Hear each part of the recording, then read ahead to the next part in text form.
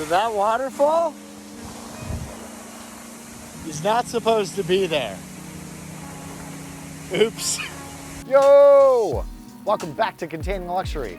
On this episode, we hit a water main. Let's get started. I think we're on the news. News from Sky 12 over a water main break. You see it shooting in the air there. This is in Helotes on or near Ranch Parkway. We don't have many more details at this point. Okay, so in all seriousness, this was probably like one of the worst days in a long time. The plumber gives me a call and he says, dude, I hit a water main. And I'm like, well, like how bad? And he's like, bad. I'm like, well, like how bad? And he's like, there's an 80-foot geyser in the air. And I'm like, okay, that's bad. So I'm still like an hour and a half away from San Antonio when this is happening. I'm on the road, I'm hauling butt the best I can. Now I'm covered in mud, I'm bleeding. And I'm like, this is just what I need. I've driven 24 hours at this point. With the truck, I am buried. Really buried. I don't know what I'm gonna do yet. So I'm hauling butt there and I can't get a hold of anyone. So like, I don't know what's going on. I'm like, is the RV destroyed? The whole pad I had there, I don't know what's happening. So I finally get there. Pulling down the road right now, finally. We're about to find out what has happened. Got stuck. Oh my gosh. Oh my gosh. Are you kidding me? That is a geyser. That is insane. Wow. It's probably 100 feet in the air, not 80. I quickly started assessing, like, has no one been here yet? And I guess no one had made it there yet from San Antonio water. So I'm like the first person on site since the plumber hit this thing. And I'm like, how was I so far away towing a huge trailer full of Beverly Hillbilly style loaded, and I'm the first guy that made it here. So that in itself was kind of crazy to me. But then I think the next guys that showed up were some guys from Saws, who Saws is San Antonio, but some guys from Saws showed up. They're just standing there videotaping it, like, whoa, this is nuts. I'm like, well, should we try and shut it down? Because I know where some shutoffs are. And they're like, oh no, I don't want to get wet. And I'm like, okay, well, that's kind of crazy to me. Like, let's go shut it down. Like, or there's another shut off in a different location. So I try to show them that it's not happening.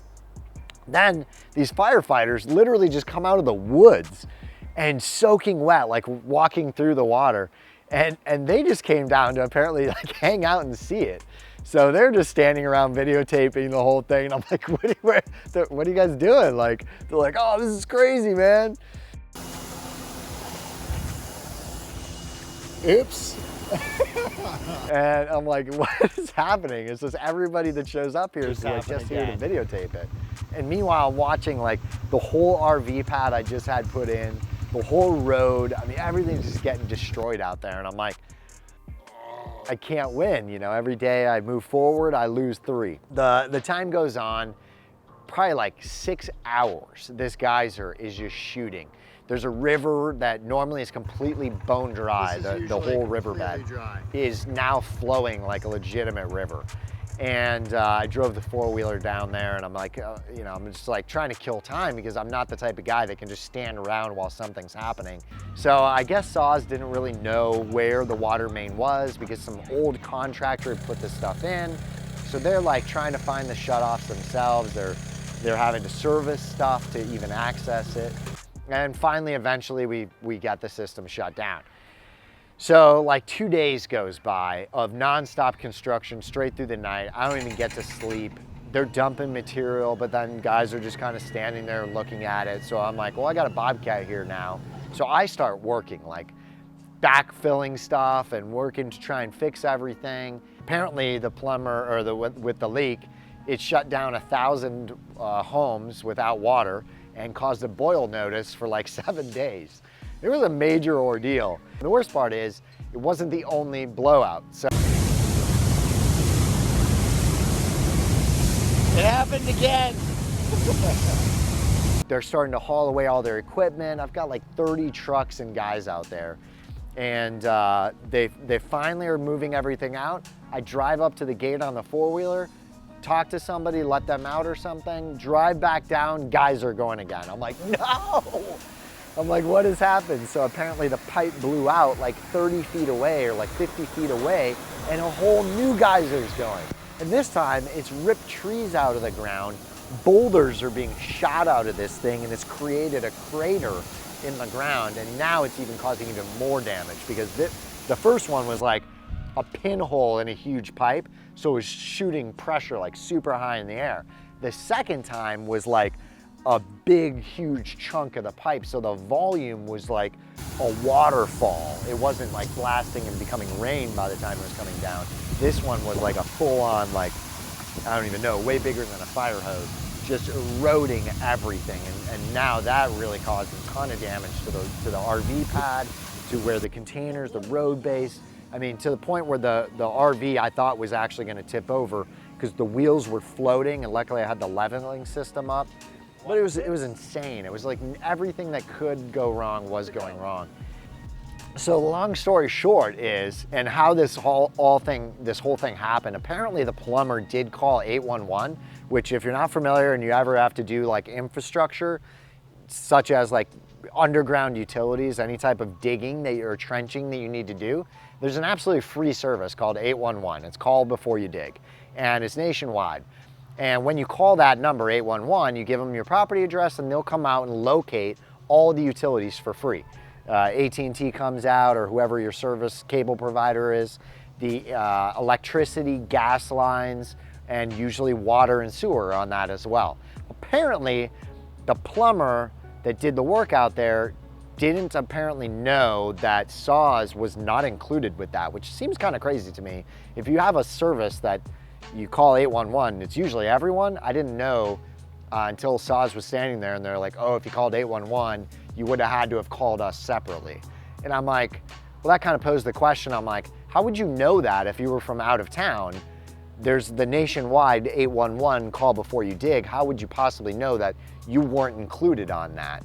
You know, if you're not educated with how things are done in that state. So that was kind of weird to me, but normally 811 includes all of your utilities, and you want to make sure it's absolutely free to call before you dig so that something like this doesn't happen. It would have been 1,000 times worse if that was a gas main or something.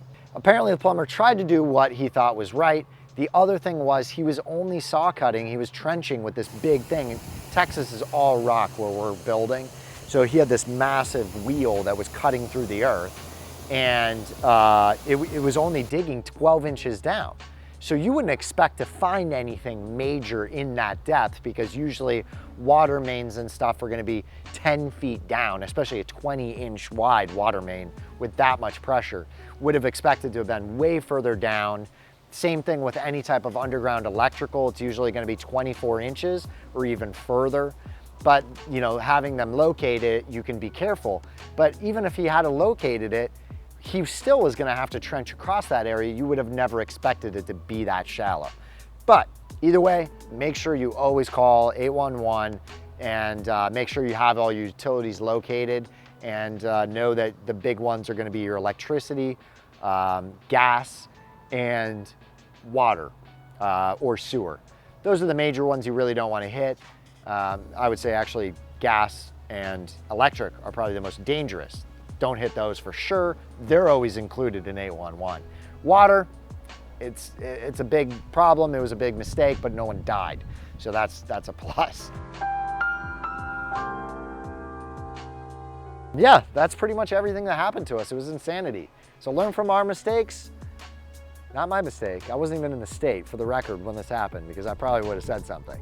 However, learn from this guy's mistake, and make sure you use 811 call before you dig. And if there's something left off of your markings, then maybe make some extra phone calls and find those. But that's it.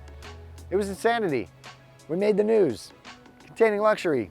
Out! Stick with us. We got a bunch more stuff happening. That's pretty much all I got. I don't know what else to say. All right, guys. Later.